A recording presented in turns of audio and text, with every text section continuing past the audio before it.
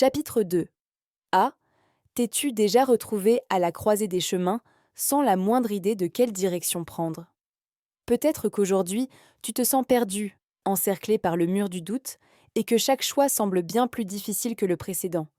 Tu perçois des portes qui pourraient s'ouvrir, mais la peur paralyse chacun de tes pas.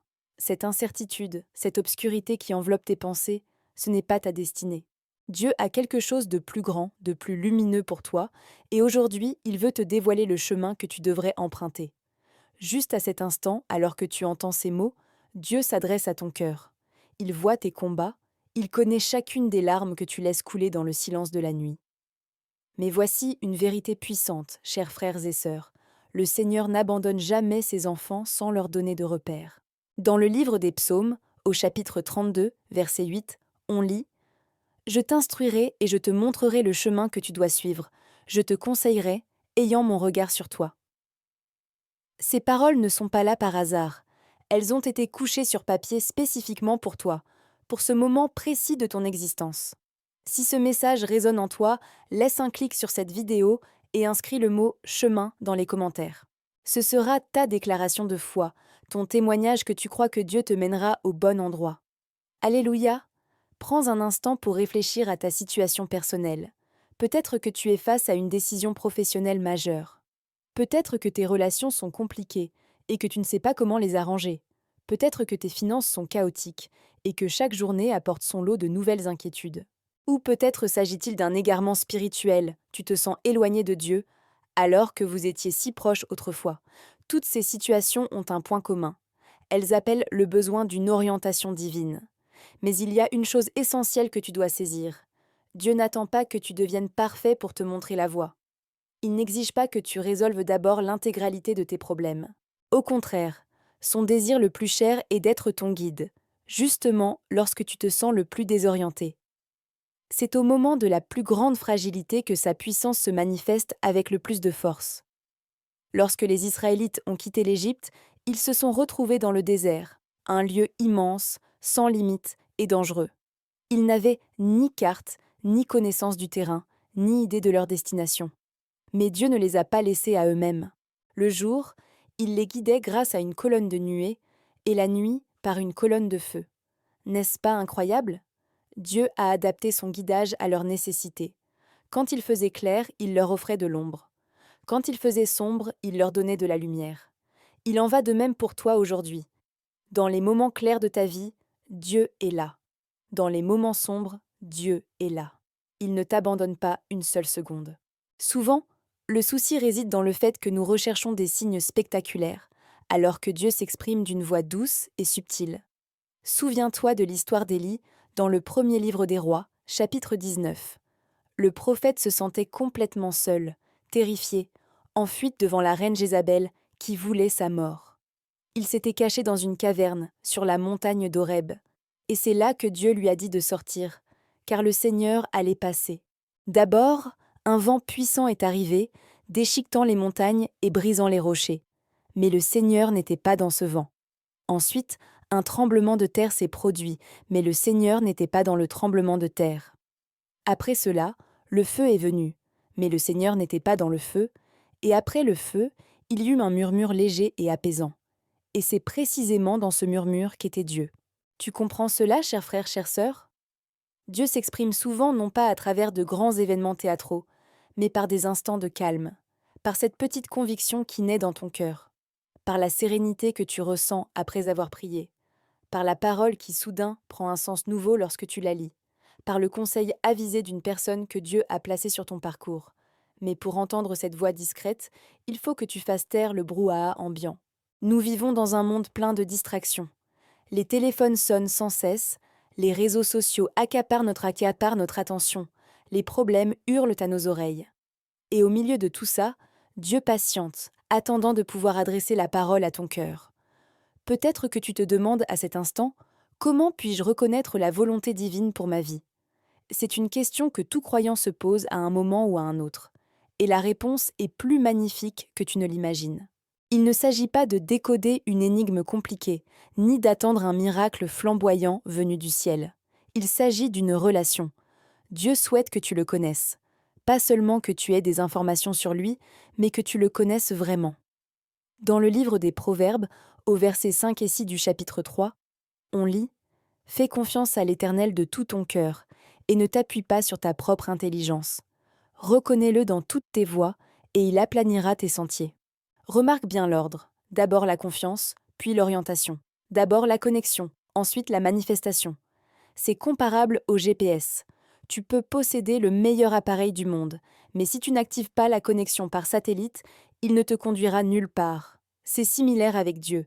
Tu peux connaître toutes les versets de la Bible par cœur, mais si tu n'entretiens pas de relation vivante et quotidienne avec lui, il te sera difficile de distinguer sa voix. Et nous arrivons ici à un point d'une importance capitale. Écoute attentivement, car cela peut transformer ton existence dès aujourd'hui. Dieu ne te montre pas la totalité du chemin en une seule fois. Il ne te donne pas la carte pour les 10 prochaines années. Pourquoi cela? Parce que si tu voyais tout d'en haut, tu n'aurais plus besoin d'avancer par la foi. Tu n'aurais plus besoin de sa présence au quotidien. Dieu nous guide étape par étape. Parfois, il ne dévoile que le pas suivant, et le suivant ne se révèle qu'une fois que tu as franchi le premier. Cela peut être frustrant pour notre esprit, qui veut tout anticiper, planifier, maîtriser. Mais dans l'économie divine, l'enjeu dépasse la simple atteinte de l'objectif. L'important, c'est ce que tu deviens au fil du parcours. Pense à Abraham. Dieu lui a dit « Quitte ton pays, ta parenté et la maison de ton père, pour aller dans le pays que je te ferai voir. » Il ne lui a pas donné l'adresse exacte. Il n'a pas fourni de coordonnées. Il a simplement dit « Marche, et je te montrerai en chemin. » Et Abraham s'en est allé sans savoir où il se dirigeait. L'Épître aux Hébreux, chapitre 11, verset 8, déclare « C'est par la foi qu'Abraham a obéi lorsqu'il fut appelé à partir pour un endroit qu'il devait recevoir en héritage, et il partit sans savoir où il allait. » Voilà ce qu'est la foi, mes amis. Ce n'est pas avoir toutes les certitudes et se sentir à l'aise. C'est faire confiance à Dieu, même lorsque tu n'as pas l'image complète. C'est déclarer « Seigneur, je ne saisis pas tout, mais je me fie à toi. Je ne connais pas le trajet entier, mais je suis convaincu que tu me conduis. » Maintenant, interroge-toi. Es-tu prêt à agir de la sorte? Es-tu prêt à t'abandonner à Dieu, même dans l'incertitude? Car c'est précisément à ce moment de ta vie que Dieu t'appelle à cette confiance. Il n'a pas besoin de ta perfection. Il a besoin de ta volonté, de ta disponibilité, de ton oui. Il existe ce que j'appelle la paralysie décisionnelle. C'est un état où tu as tellement peur de prendre une mauvaise décision que tu n'en prends aucune. Tu restes figé sur place. Les jours se transforment en semaines, les semaines en mois, et tu es toujours au même endroit, à attendre une certitude absolue qui ne vient jamais. Mais voici ce que j'aimerais que tu comprennes. Parfois, Dieu attend ton initiative. Il t'a donné un cerveau, il t'a doté de sagesse, il t'a offert son Esprit Saint. Il ne veut pas que tu sois comme un robot, attendant chaque instruction. Il veut que tu sois son enfant, qui apprend à faire des choix en partenariat avec lui. Le psaume 37, verset 23, dit « Le Seigneur affermit les pas de l'homme quand sa voix lui plaît. » Remarque bien, le Seigneur affermit les pas, mais c'est à toi de commencer à marcher. Dieu dirige les navires qui sont en mouvement. Il est ardu de gouverner une barque immobile. Mais lorsque tu te mets à naviguer, même si la direction n'est pas parfaite, Dieu peut ajuster ton cap. Je ne te dis pas d'agir à la légère. Je ne te dis pas d'ignorer la sagesse et la prudence. Je te dis qu'après avoir prié, cherché la face de Dieu et consulté des croyants matures, vient le moment où tu dois faire un acte de foi. Et voici une chose magnifique. Même si tu t'égares, Dieu est capable de te remettre sur la bonne trajectoire. Il est assez puissant pour corriger nos erreurs. Pense à Jonas. Dieu lui avait ordonné de se rendre à Ninive, mais Jonas s'est enfui dans la direction opposée, vers Tarse. Était-ce la fin de l'histoire? Non. Dieu a envoyé un gros poisson qui a avalé Jonas, puis l'a recraché exactement là où il était censé être. Parfois, nos fautes s'intègrent au plan de Dieu. Cela ne signifie pas que nous devrions désobéir intentionnellement à Dieu. Mais cela veut dire que tu n'as pas besoin de vivre dans l'angoisse de commettre une erreur. Dieu est plus grand que tes erreurs. Il est plus grand que tes échecs. Il peut se servir même de tes faux pas pour sa gloire et pour ton bien. L'Épître aux Romains, au chapitre 8, verset 28, nous assure Nous savons, du reste, que toute chose concourt au bien de ceux qui aiment Dieu, de ceux qui sont appelés conformément à son plan. Toute chose, cela inclut tes décisions erronées, ainsi que tes périodes difficiles. Dieu peut tout transformer en bien, à condition que tu lui fasses confiance.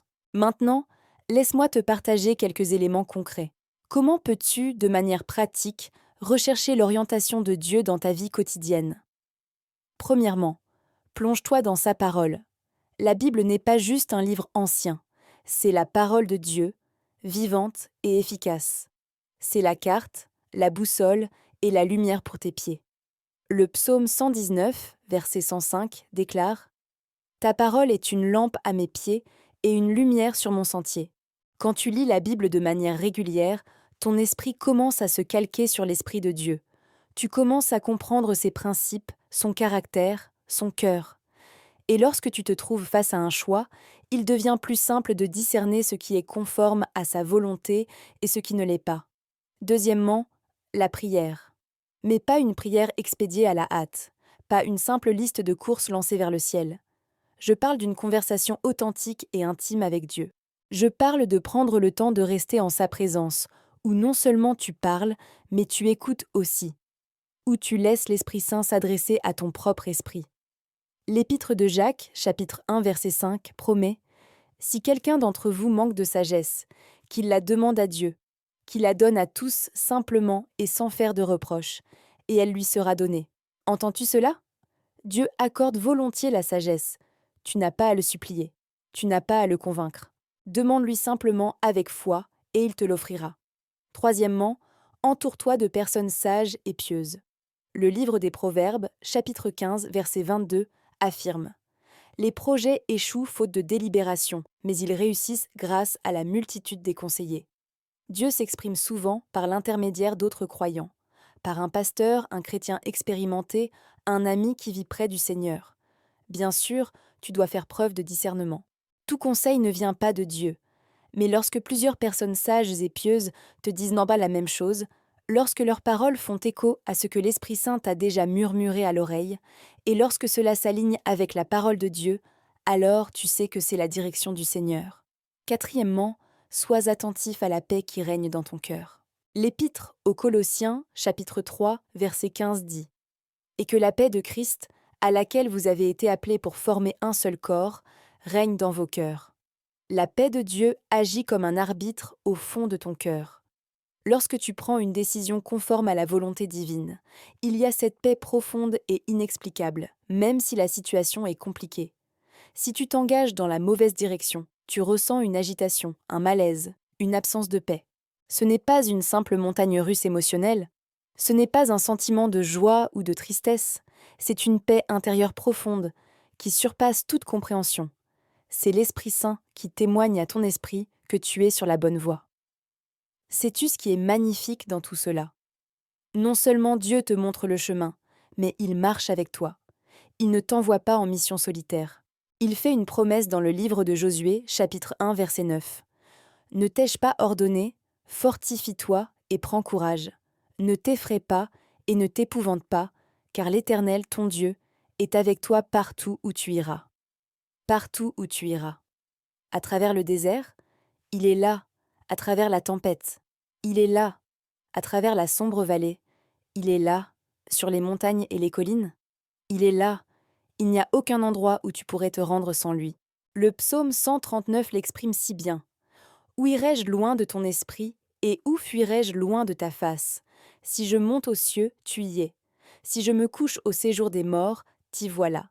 Si je prends les ailes de l'aurore et que j'aille habiter à l'extrémité de la mer, là aussi ta main me conduira, et ta droite me tiendra. » Ce n'est pas un Dieu assis loin dans le ciel, indifférent à ta vie.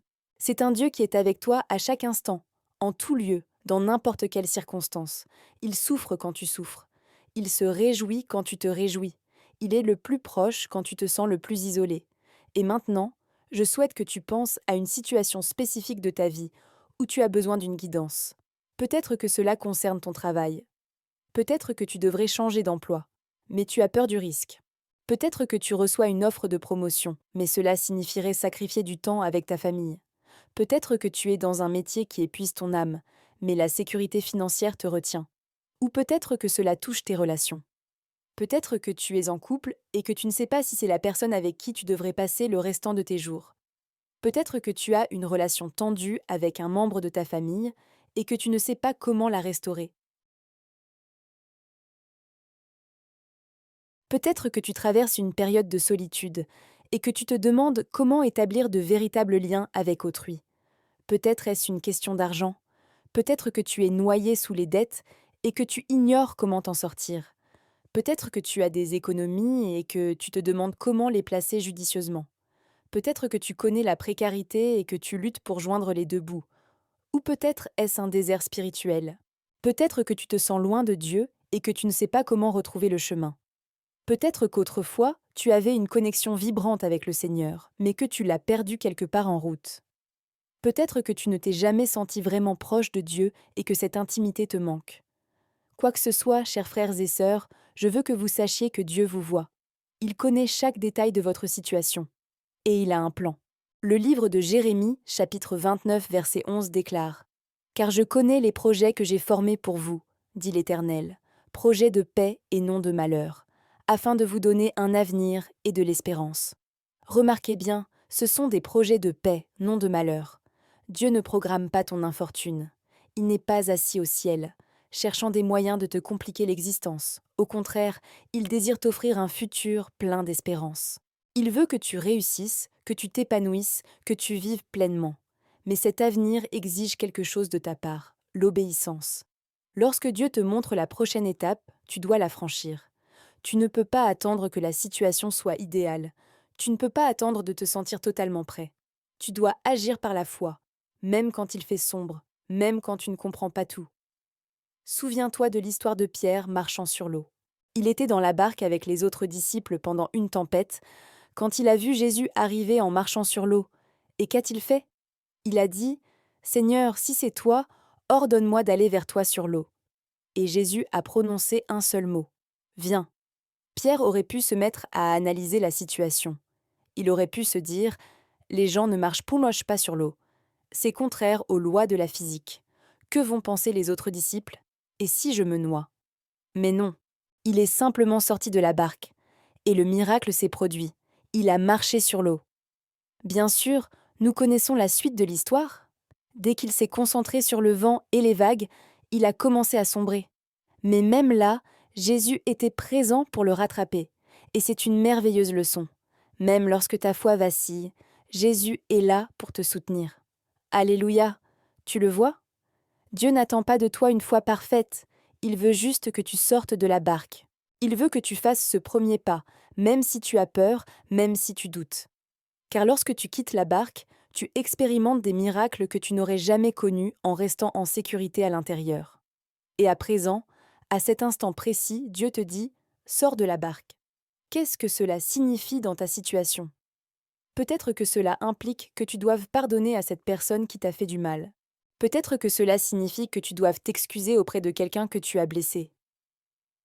Peut-être que cela signifie que tu doives changer de travail, changer de ville, changer d'orientation d'études. Peut-être que cela veut dire que tu doives entamer cette conversation que tu repousses depuis des mois. Peut-être que cela signifie que tu doives mettre fin à cette relation malsaine. Peut-être que cela signifie que tu doives dire oui à ce qui te terrifie. Quoi que ce soit, Dieu ne te laissera pas seul. Il sera ton guide, ta force, ton protecteur. Le livre d'Ésaïe, chapitre 41, verset 10 dit « N'aie pas peur, car je suis avec toi. Ne regarde pas autour de toi avec angoisse, car je suis ton Dieu. Je te fortifie, je viens à ton secours, je te soutiens par ma main droite, la main de la justice. » Relis cela une deuxième fois. N'aie pas peur, car je suis avec toi. Ce n'est pas n'aie pas peur, car tout sera facile. Ce n'est pas n'aie pas peur, car il n'y aura pas d'obstacle. C'est n'aie pas peur, car je suis avec toi. Et c'est là que réside toute la différence. Quand Dieu est avec toi, tu peux affronter n'importe quelle tempête. Quand Dieu est avec toi, tu peux surmonter n'importe quel obstacle. Quand Dieu est avec toi, tu peux traverser n'importe quelle vallée obscure. Car il ne s'agit pas de ta propre force, il s'agit de sa puissance agissant en toi. Paul a dit dans la deuxième épître aux Corinthiens, chapitre 12, verset 9, « Ma grâce te suffit, car ma puissance se manifeste pleinement dans la faiblesse. » C'est le paradoxe du royaume de Dieu. Lorsque tu es faible, c'est alors que tu es fort, parce que tu ne t'appuies plus sur toi-même, mais sur Dieu. Alors, cesse d'essayer d'être suffisamment robuste. Cesse d'essayer de tout contrôler. Cesse d'essayer de tout comprendre. Approche-toi simplement de Dieu, dans ta faiblesse, dans ton incertitude, dans ta peur. Viens tel que tu es, et laisse-le être ton guide. Et voici ce que je veux que tu fasses aujourd'hui. Après avoir entendu cet enregistrement, je veux que tu trouves un lieu de calme. Éteins ton téléphone, écarte toutes les distractions, et parle simplement avec Dieu. Dis-lui exactement ce que tu ressens. Tu n'as pas besoin d'utiliser des mots pompeux. Tu n'as pas besoin d'avoir l'air pieux, sois juste sincère. Dis « Mon Dieu, je suis égaré, je ne sais quelle voie emprunter. J'ai besoin de ton orientation, j'ai besoin de ta sagesse, j'ai besoin de ta paix. Je me confie en toi, Seigneur. Je crois que tu vas me montrer la voie, et je m'engage à te suivre partout où tu me mèneras. » Et ensuite, attends. Attends dans le silence. Ne te précipite pas pour combler ce silence avec des paroles. Permets à Dieu de s'adresser à ton cœur. Peut-être que tu n'entendras pas une voix forte, peut-être que tu n'auras pas de vision, mais tu ressentiras quelque chose, une paix, une conviction, une direction. L'Esprit Saint témoignera à ton esprit. Et lorsque tu recevras cette direction, même s'il ne s'agit que du pas suivant, et non des 10 prochains, obéis, agis avec obéissance. Car l'obéissance dans les petites choses conduit à une révélation plus grande. L'Évangile selon Luc, chapitre 16, verset 10 dit « Celui qui est fidèle dans les petites choses est aussi fidèle dans les grandes. » Lorsque tu seras fidèle dans les petits pas, Dieu te révélera de plus grandes choses. Pense à Moïse. Quand Dieu l'a appelé à faire sortir les Israélites d'Égypte, Moïse était dans le désert, en train de faire paître les moutons de son beau-père. Ce n'était pas une existence spectaculaire, ce n'était pas un poste prestigieux. Mais Dieu s'est servi de cela. Il a été fidèle dans les petites tâches, en gardant ses moutons. Et Dieu a pu lui confier une responsabilité plus vaste. Peut-être qu'aujourd'hui, tu te trouves dans ton propre désert. Peut-être que ta vie te semble banale, monotone, sans importance. Mais c'est précisément là, dans cette routine, que Dieu te prépare. C'est là, dans la fidélité aux petites choses, que Dieu façonne ton caractère en vue des grandes œuvres qu'il a pour toi. Ne méprise pas le jour des humbles débuts. Ne pense pas que ta situation actuelle n'a pas de sens. Sois fidèle là où tu es maintenant. Et Dieu ouvrira les portes là où tu dois être demain. Et souviens-toi, le chemin que Dieu te montre n'est peut-être pas une route facile. Il pourrait être semé d'embûches, il pourrait être escarpé, il pourrait comporter des détours que tu ne comprends pas. Mais ce sera le bon chemin. Ce sera le chemin qui conduit à la destinée divine pour ton existence. L'Évangile selon Matthieu chapitre 7, versets 13 et 14 dit « Entrez par la porte étroite. En effet, large est la porte et spacieux le chemin qui mène à la perdition, et il y en a beaucoup qui y entrent. Mais étroite est la porte et resserré le chemin qui mène à la vie, et il y en a peu qui les trouvent. Le chemin resserré n'est pas celui que tout le monde prend. Il n'est pas facile, il n'est pas confortable. Mais c'est la voie de la vie. C'est la voie qui mène à une joie véritable, à une paix authentique, à un réel épanouissement. Et Dieu te la révèle. Ne te laisse pas séduire par la voie large.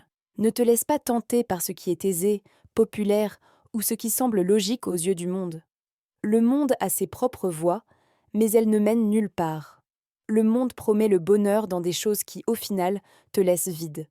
Mais le chemin de Dieu, bien que parfois difficile, conduit à une vie en abondance. L'Évangile selon Jean, chapitre 10, verset 10 dit « Moi, je suis venu afin que les brebis aient la vie, et qu'elle l'ait en abondance. » C'est le plan de Dieu pour toi, la vie en plénitude. Pas seulement survivre, mais prospérer. Pas seulement exister, mais vivre réellement. Et cette vie en abondance commence maintenant, dès que tu choisis d'emprunter la route que Dieu te désigne. Elle commence quand tu dis « Oui Seigneur, j'ai confiance en toi, j'irai où tu me guideras. Je ferai ce que tu me diras. J'obéirai à ta voix. » Peut-être qu'aujourd'hui est le jour où tout bascule.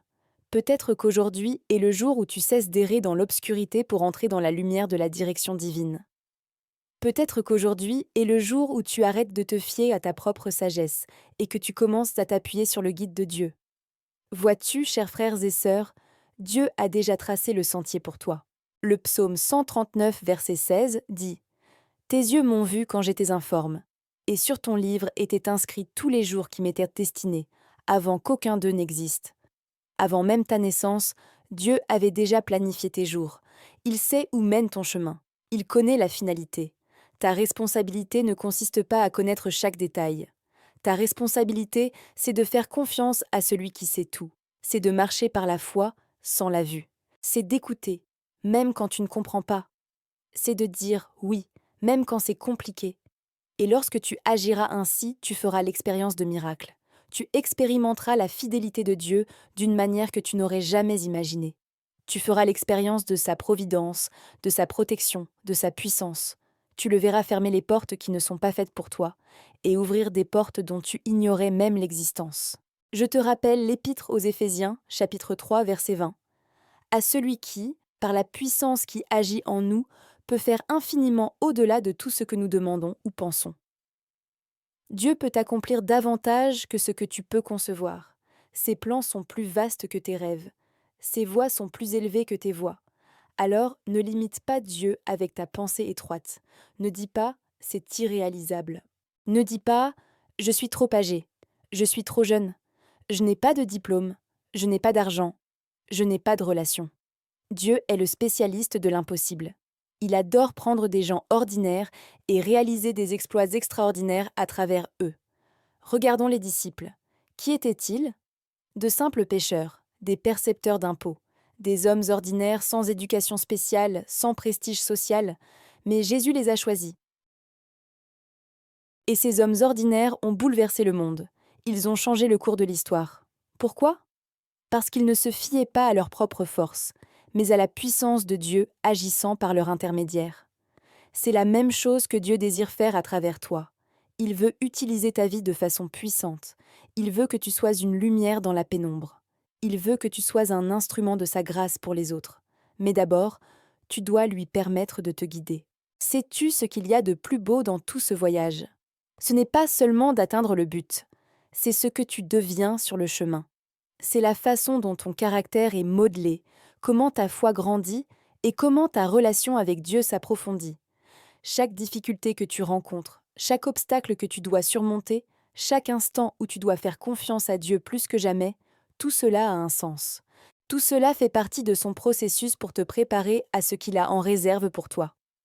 L'Épître aux Romains, chapitre 5, versets 3 et 4, dit « Et non seulement cela, mais nous nous glorifions même des détresses, sachant que la détresse produit la persévérance la victoire dans l'épreuve, et la victoire dans l'épreuve, l'espérance. » Vois-tu le processus?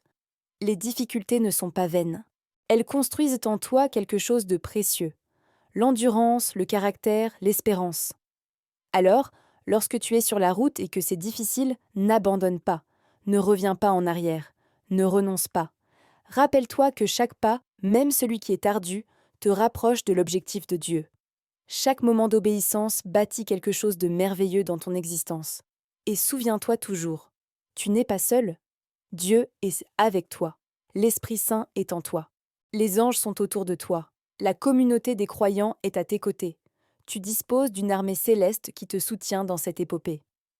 Le deuxième livre des Rois, chapitre 6, raconte l'histoire où le prophète Élisée fut cerné par une armée ennemie. Son serviteur était terrorisé. Mais Élisée a dit « N'aie pas peur, car ceux qui sont avec nous sont plus nombreux que ceux qui sont avec eux. » Et il a prié pour que Dieu ouvre les yeux de son serviteur.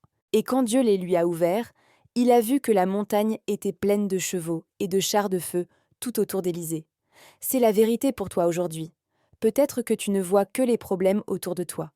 Peut-être que tu ne vois que les obstacles. Mais si tes yeux spirituels s'ouvraient, tu verrais l'armée céleste t'encercler. Tu verrais que Dieu a préparé le chemin devant toi. Je prie aujourd'hui pour que Dieu ouvre tes yeux, pour que tu reconnaisses sa présence dans ta vie, pour que tu discernes sa voix qui s'adresse à ton cœur, pour que tu comprennes qu'il te guide, même maintenant, même à cet instant. La route devant toi est peut-être inconnue, mais celui qui te conduit est fidèle. Tu ne vois peut-être pas la totalité du sentier, mais tu vois le pas suivant. Et cela suffit. Tu ne connais peut-être pas l'avenir, mais tu connais celui qui tient l'avenir entre ses mains. Alors, fais ce pas. Écoute cette voix. Fais confiance à ce cœur. Et observe comment Dieu met en œuvre son merveilleux plan dans ta vie. Il est fidèle, il est bon, et il te montrera assurément le chemin que tu dois suivre. Concluons ces paroles par une prière. Chers frères et sœurs, Père céleste, merci d'être un Dieu qui guide ses enfants. Merci de ne pas nous laisser seuls à errer dans l'obscurité.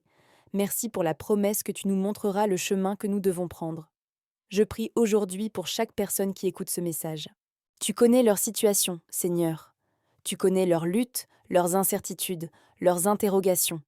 Tu connais la croisée des chemins où ils se tiennent, et je prie pour que tu t'adresses clairement à leur cœur.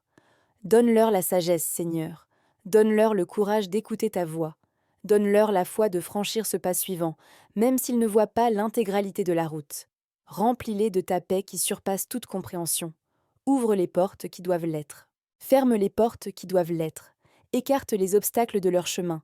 Et par-dessus tout, rappelle-leur que tu es avec eux, que tu ne les abandonneras jamais, que tu ne les délaisseras jamais, que ta lumière brille sur leur sentier, que ta voix soit limpide à leurs oreilles, que ta présence soit réelle dans leur vie, et que ton plan se déploie magnifiquement, surpassant tout ce qu'ils peuvent demander ou imaginer.